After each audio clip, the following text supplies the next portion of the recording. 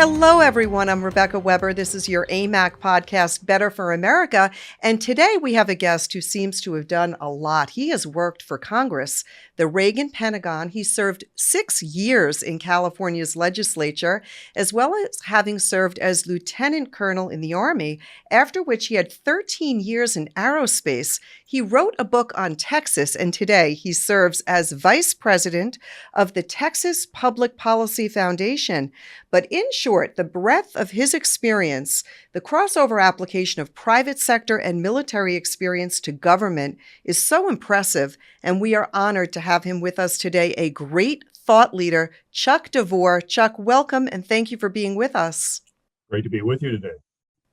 Chuck, thank you. We see so many domestic and international issues. They are such at a high pitch right now, and there has been a real battle between states' rights and the federal government. So I wanted to start with the state's electoral process.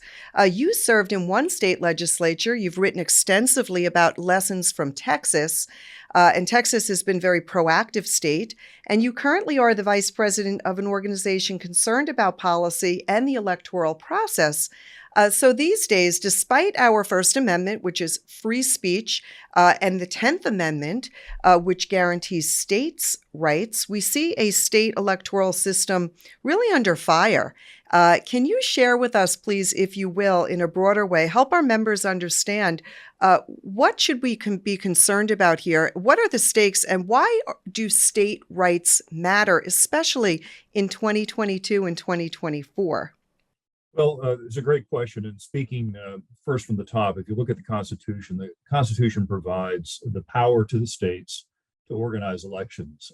Now, certainly Congress has the ability to determine rules for federal elections. And what you're beginning to see at the federal level is a push to essentially make all 50 states comply with what I call California standards for elections, if by standards you mean no standards at all. So in California, in the last election cycle, they had about close to 90% of the ballots that were cast by mail. And they're trying to go to 100% in California. And as such, they're following the lead of 6 other states that have done it before, among them Oregon and Hawaii and Washington and Utah. And in those states, there's not a lot of evidence yet that the exclusive vote by mail has resulted in problems, probably because they did it very slowly and methodically, and perhaps as well because those states didn't have much of a track record of electoral fraud. But in California, it's a completely different situation. And I think it's very interesting for your viewers to consider the fact that in 2016 and 17, California passed 2 different laws, while in Texas in 2017, Texas passed a law, and literally the 2 most populous states exchanged their policies on vote by mail. And let me explain.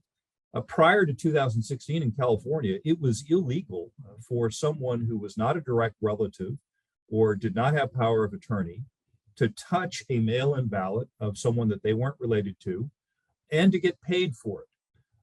Those 2 restrictions that probably dated back to the initial progressive era some 100 years ago, when they were very concerned about corruption in government, those were erased in California in 2 different bills.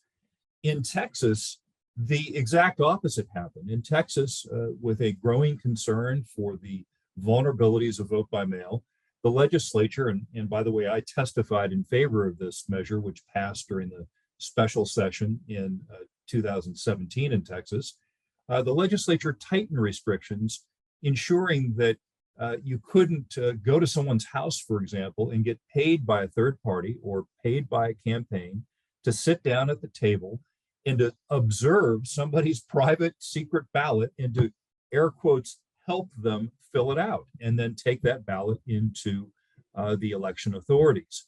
And so that's really what's at stake, is the federal government with the far left wanting to impose these California standards on the entire country. Lastly, big investigation out of Wisconsin that just broke in the last few days, where they've discovered in several convalescent homes, memory care homes, that there was a turnout of 100% with people who are not mentally competent to vote.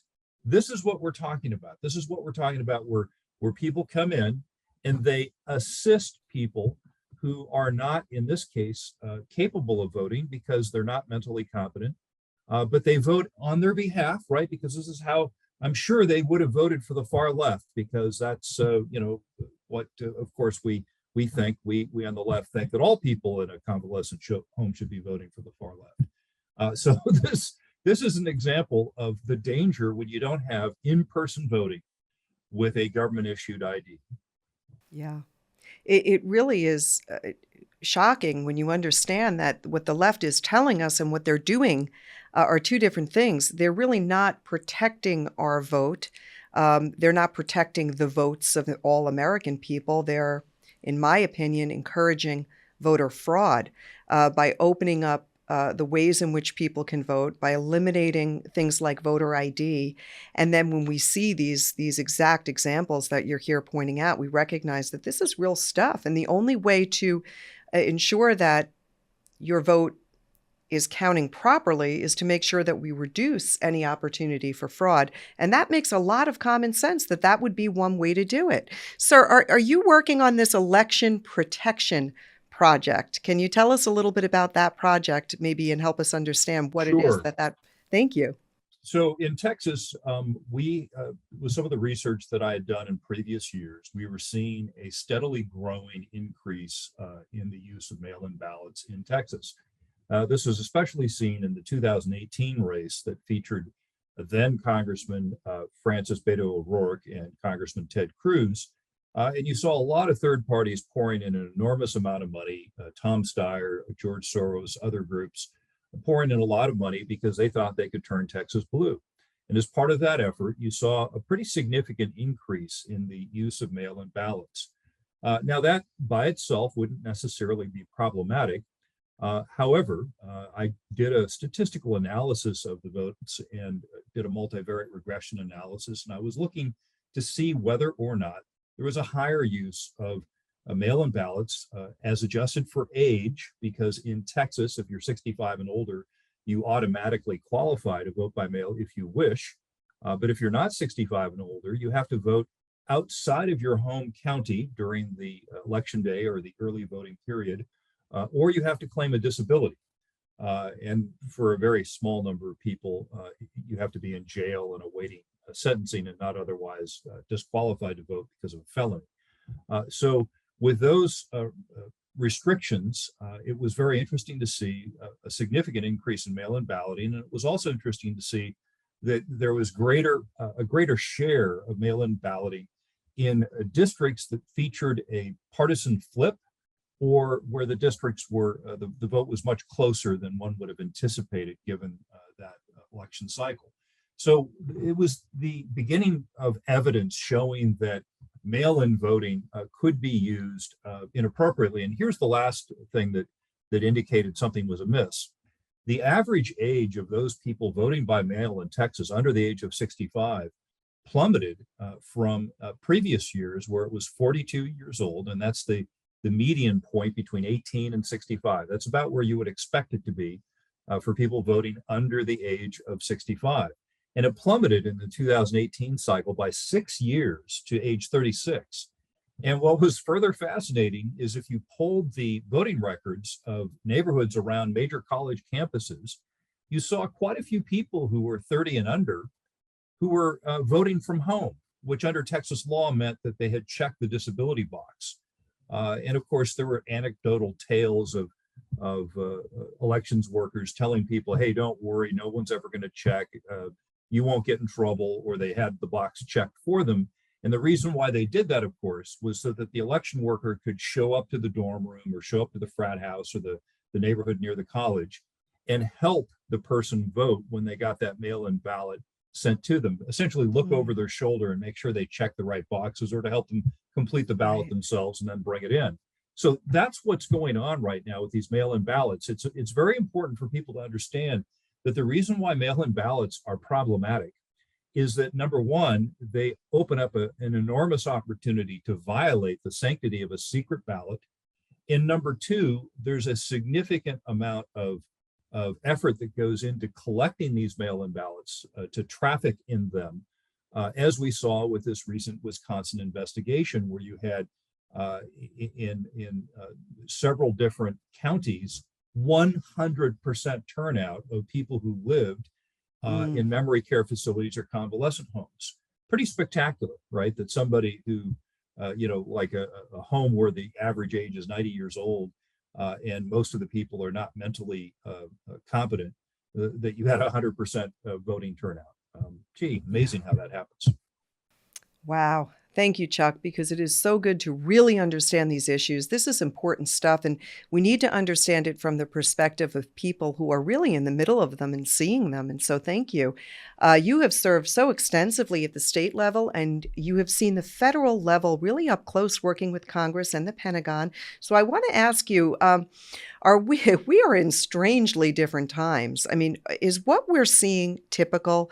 For me, it doesn't appear to be typical. This assault on state and individual rights, is this old news? Has this been going on, or are we really at a sobering moment in America? Because we're hearing the Democrats speak of socialism and centralization of power, really usurping the rights of individuals and wanting even more federal government.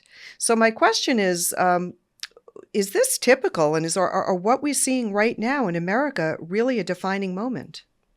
Well, I think that we are looking at something that is something unusual. Things are certainly appearing to accelerate. Let me explain briefly what I think is going on. Since the advent of the COVID pandemic, now I suppose endemic, uh, the people moving into California have collapsed. In other words, inbound migration into California is now at historic lows. And meanwhile, outbound migration has remained pretty constant. So what's beginning to happen is the nation's number one state, a state with the highest individual income tax rate, marginal income tax rate, I think 13.3% for higher income earners, a state with extremely burdensome regulations, a state that's at war with traditionally produced domestic energy products. People just don't like living there anymore, and they're leaving in droves, and no one wants to move there. So what ends up happening with these federal efforts is that the left, when they have power at the federal level and through unelected bureaucrats and through the judiciary when they can, is seeking to impose essentially the California rules on the entire nation. Now, what does that do? What it does is it Mm. levels the competitive distinctions between states. It reduces the gulf between Texas and California insofar as economic opportunity and freedom, and it essentially imposes uh, California values on Texas and on other states. That's why this is being done. They know that they can't continue to sustain these policies, so they're trying to federalize policies out of California and New York and impose them on the rest of the country. And by the way, that this is one of the reasons why you constantly see this battle over the state and federal, state and local tax deduction that was capped at $10,000 and I think indexed for inflation thereafter as part of the 2017 Trump tax cut. This is something that Nancy Pelosi and President Biden and Majority Leader Schumer desperately want to do, because what's happening is that the wealthy, high-end left-wing individuals in places like New York have lost a significant federal subsidy for the high taxes that they pay Mm. in places like New York and California. Essentially, federal policy was subsidizing about 35% of the high taxes in these states. And by capping that SALT deduction at $10,000, that subsidy was largely eliminated. And as a result, higher income taxpayers in these more left-leaning states really ended up having to pay more in federal taxes. And so that, I think, is just one example of how the left is seeking to kind of erase the distinctions between states and their powers to really set their own local agenda to participate in the laboratories of democracy. Well, thank you. You know, Chuck, what we do here at AMAC is we try to take a real look at the truth.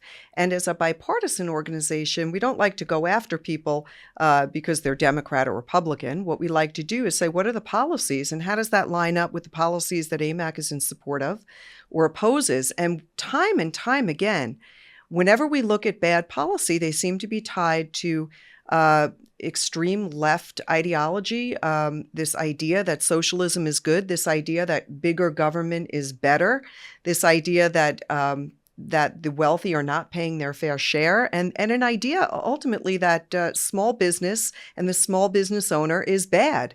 And I think American people, at least our members and our listeners, understand that we can see if we just look at those areas, those cities, and the states that have been Democrat led. Those are the states where we see the crime soaring. Those are the states where we see education failing. And the list goes on and on and on. So it's really helpful that you were able to sort of point that out and help remind us that we've got to be voting for the right people, the people who are going to back the policies that we know make America great and strong and put us in a position of strength. But I really do appreciate that. And what I love too, Chuck, is that I'm always amazed by the can-do attitude, really, of average Americans. I think Americans have a lot of courage, and one of our recent magazines really highlights the choice between courage and fear. And I do think that Americans do default to courage. So I do want to pivot a little bit. You are laying out some of the major issues that are facing our country, and you live very close to the border. We're seeing this crime spike across the nation, a soaring national debt. We're seeing inflation on the rise, threats against our First Amendment, parents speaking out against critical race theory. What would you identify as the leading issue here at home in 2022, beyond the highly concerning actions of Russia at this time in Europe, but of the domestic issues here at home? What do you think people ought to be really aware of? Well, that's a great question. And let's kind of break it down into something that I think that we might actually be able to do something about, because I think that certainly the border, the out of control border, is an urgent issue. But frankly, given the power of the president to hold sway over the enforcement of border policy, I think it's going to be very difficult to pull the Biden administration kicking and screaming into doing what they should be doing.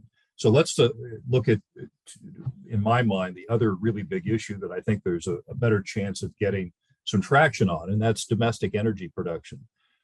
We knew from the campaign in 2020 that Biden and the people around him were going to be very hostile to the production of domestic energy, specifically oil, gas, and coal. And we've seen that. We've seen them make good on their promise. And it's very important for people to understand that we've seen a massive increase in the price of oil, of natural gas, and energy in general, since way before Russia decided to invade Ukraine. Now, you're seeing, of course, the Biden administration and their apologists and corporate media try to lay the blame on this war and the fact that we import a portion of our oil from Russia. Which, by the way, is still coming in, still helping to finance Putin's war. But really, to me, it boils down to the fact that for a brief time during the last year of President Trump's time in office, America became not only energy independent, but we were exporting a net amount of energy, I think for the first time since the 1950s. And that was pretty significant because people said that couldn't be done, that of course, people had said a number of years ago that we had reached peak oil and that was it. It was never going to be coming back. Well, certainly new technology and importantly, the regulatory and the financial and tax environment that allowed Americans to get at American energy so that American energy production flourished under President Trump. But now what we're seeing is not only efforts by the Biden administration through the regulatory process to put the hammer on American energy, even while begging countries that aren't particularly friendly to us, like Venezuela and Saudi Arabia, and of course, even Russia, to produce more. You're also seeing the financial industry coming out and saying through this concept of ESG, that's environmental, social, and governance investing, that we're not going to fund oil and gas projects or help underwrite any drilling for new oil. Now, what Texas has done to fight back, and you're seeing this in other states as well, I think West Virginia uh, and other states, they're fighting back and saying to these financial institutions, guess what? If you do that, you're not going to have the right to sell bonds in our state. You're not going to have the right to expect that our teachers' retirement funds and state employee retirement funds are going to invest with you. And now all of a sudden, things are really have become real for these enormously powerful and wealthy groups like BlackRock, and they're backpedaling. They're like, well, maybe we really didn't mean that to boycott American energy. That's how you have to deal with these individuals. But nevertheless, the fact is that we are behind in our rig counts. We're behind in being able to produce energy, and that's because of this overall attitude of hostility emanating from the very top down. This hostility against domestically produced energy, and it has to stop. It has to stop not only for our economy and for our consumers, but it has to stop for strategic reasons as well, because we are literally financing Vladimir Putin's war on Ukrainian civilians today. Yeah, we've got to really make sure that leadership hears from the American people, and that's what we do here at AMAC each and every day. This is makes absolutely no sense. You wonder, are you doing this, Joe Biden and your administration, because you really just dislike Trump that much?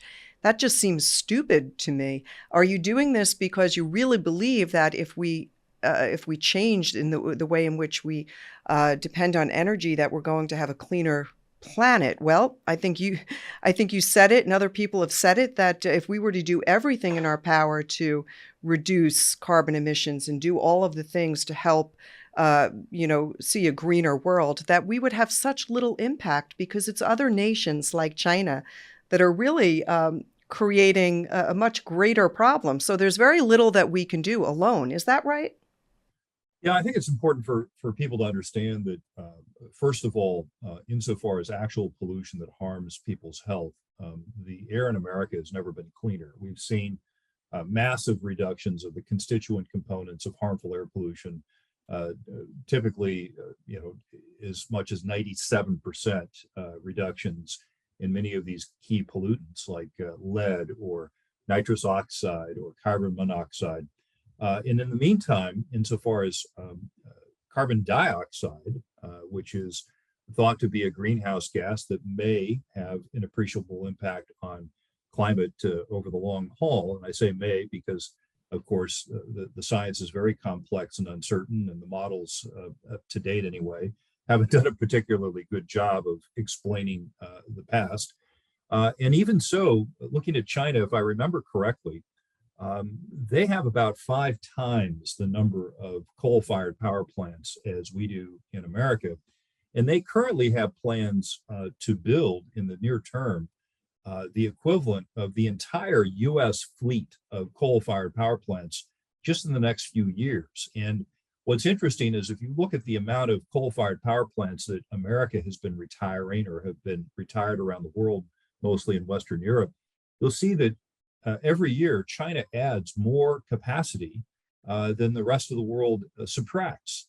And so this is a fool's errand, somehow thinking that by impoverishing Americans and making energy more expensive for everyday Americans, for working Americans, exporting our manufacturing jobs, especially those that are more energy intensive, and exporting those jobs to places like China, where not only does their electrical grid emit far more carbon per kilowatt hour than here in America, but also it's a lot dirtier. And I'm talking about actual pollution that harms human health. So we're certainly not doing ourselves a favor. And importantly for this argument to be consistent and logical, we're not even doing the planet a favor when we do this. I think it's very important to also mention that if you're really serious about this issue of climate change, if you really think that it's an existential threat to human thriving on the planet, then if you're not in favor of nuclear power, I don't believe you're serious. And that's, I think, another tell in the sense that very, very few individuals on the left who want to eviscerate America's ability to produce its own domestic energy, very few to none are supporters of modern nuclear power. And to me, that tells a lot about what's going on here. Chuck, thank you so much. Let me take another turn here and tap into some of your lifetime experience in the U.S. Army and National Guard. You've seen a lot of conflicts. You've seen them politically, military, you've seen them come and go, and you've served and you know the idea of military service. So at AMAC, roughly three-quarters of our membership either have a veteran in their family, and just under a third have themselves serve. So we really do care a great deal about our military and national security, and of course, our veterans. So, two simple questions. Are we doing enough right now to protect the nation's security, especially after Afghanistan? How we are dealing with Russia, China, Iran, and North Korea, not to mention our own open borders here at home, but are we doing enough? And second, are we doing all we can for our veterans? Do you think that we could do more in that area? So, national security and veterans are top concerns of AMAC members. So curious your thoughts on what we could be doing differently or more with Russia, China, Iran, and North Korea. Well, part of my concern right now is that we appear to be governed by wholly unserious individuals. These are individuals who have been very timid in the response to Putin's Russia. They have not been particularly imaginative. And now that this fight has come to Ukraine, a fight that many people predicted. In fact, more than 2 months ago, I wrote for FoxNews.com an opinion piece that warned that Putin was sizing up President Biden and had determined that he and his team were incapable of making well-informed decisions quickly, and that they might be willing to take a chance on Ukraine. And I made a similar warning in that same article about China and Taiwan, that the Biden administration's decision cycle loop, something that in the military, of course, we love to use acronyms. It's called an OODA loop, for observe, orient, decide, act. That this OODA loop within the Biden administration was fatally slow. And as a result, our potential enemies would see this as a vulnerability that they would like to exploit. And so I'm very concerned about where we're going right now. I think that we're playing a lot of catch up right now in Ukraine. Thankfully, the Ukrainians did a lot of preparation under the prior president, Poroshenko, who was beat by Zelensky, where Poroshenko did a significant improvement to the military, did a lot of reforms, professionalized a lot of things, tried to get some corruption out of the procurement chain, and really put the military in a far better position than it was in 2014 when Russia took Crimea and the Donbass Basin under the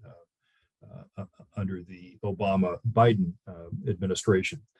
So thankfully, the Ukrainians have done a lot to help themselves. The Europeans are stepping up to the plate. And we're finally beginning to see the sort of weaponry get into Ukraine such that they can defend themselves. However, I don't think that the global threat has subsided. Russia has engaged in a significant military nuclear modernization, I think some 21 systems. China is gradually admitting to the fact that they are significantly expanding their nuclear deterrent. And America has not responded in kind. We have not modernized our nuclear systems. And as a result, our nuclear deterrent is gradually eroding. And that's very dangerous. You don't want to be in that position.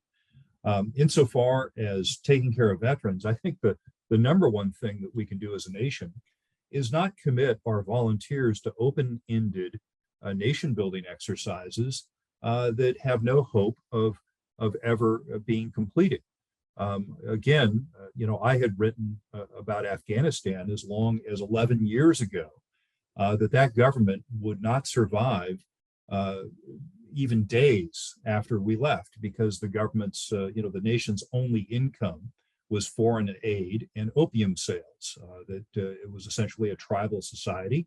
And we had created for it a strong central government, where the Constitution was largely written by French advisors with a kind of a European mindset, and was wholly ignorant of Afghanistan's history and culture.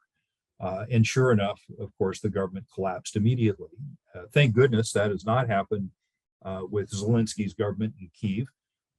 And even though I'm sure that Putin and his inner circle probably thought that Zelensky would flee, just like the president of Afghanistan did, but that didn't happen. So I think the number one thing that we can do for our veterans is remain strong, to deter our enemies and ensure that they have the best possible equipment and training, and that they're backed up with a very sober foreign policy that is not so eager to commit American forces to harm's way. Um, we don't certainly need to get involved in all the world's conflicts, and we can reduce that likelihood by being so strong that our enemies are reluctant to test us. Chuck, thank you. This analysis and these ideas are very, very helpful. I do have one final question. I know that we are all so focused on Russia, but I'm feeling that, and many of us here at AMAC are concerned about China and seeing China, if not of equal concern, perhaps even a bigger threat. And you have spent years in military uniform and you've thought about these issues, I'm sure, for decades. Does China worry you especially? And should we be concerned that they may make a move on Taiwan? If not Taiwan, then some other one of their other neighbors. So about 22 years ago, I put a lot of time and effort into writing a techno thriller novel, a what if, called China Attacks.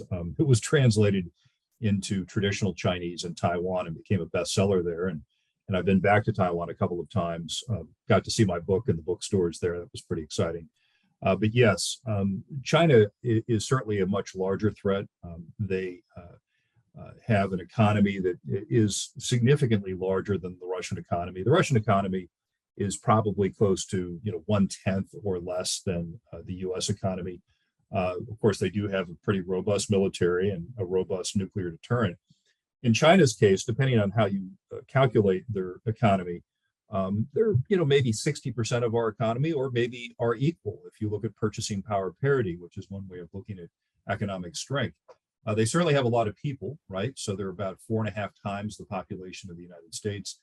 And their government, while corrupt and while communist in name, is probably closer to the fascist model. And by that, I mean that they allow a certain kind of capitalism, which is inherently more efficient than pure communism, but still not as efficient as our model. Because at the end of the day, if a Chinese Communist Party boss wants your company, he's going to take it. And so as a result, contract and rule of law really have no meaning in modern China. Even so, though, they are spending enormous amounts of money to modernize and to improve their Navy, their Air Force, their missile forces, to professionalize their army.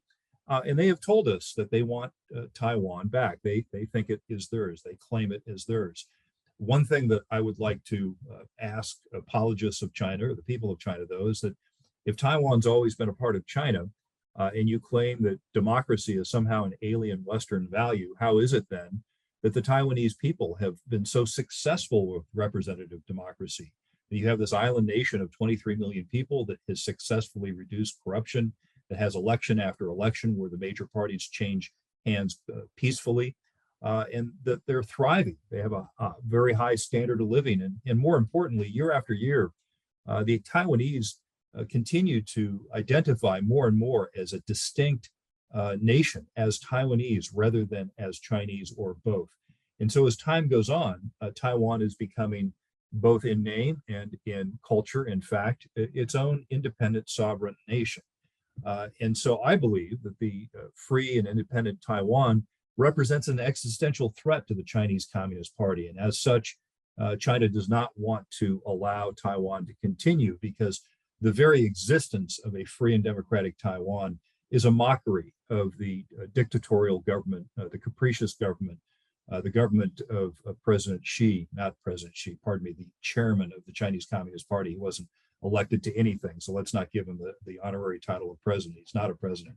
So yes, I'm very concerned about that. But unlike Ukraine, any conflict in Taiwan would primarily be a naval and air conflict, whereas in Ukraine, it's mostly a ground conflict with some supporting air.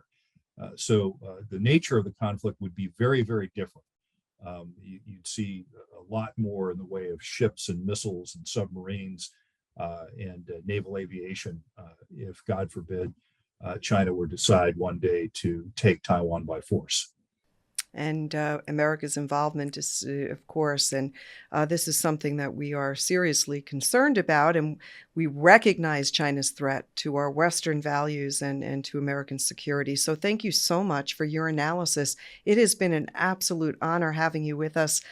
Your insights are just tremendously valuable, and you really have seen the world from so many varied perspectives. So I know all of our listeners will just love tuning in and hearing this. Thank you so much for your time. Truly benefited from this. Thank you. And I hope to have you back again. Thank you.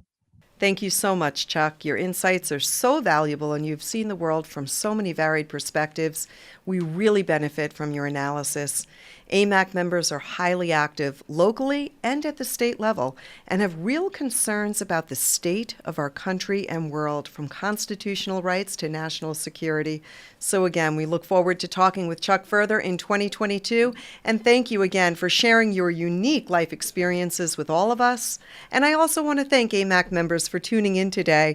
If you haven't yet downloaded the AMAC News app, you can watch, you can listen, and you can share this podcast, plus track breaking news right there from your smartphone. Please make sure to hit that subscribe button, follow, like, and share wherever you are on social media.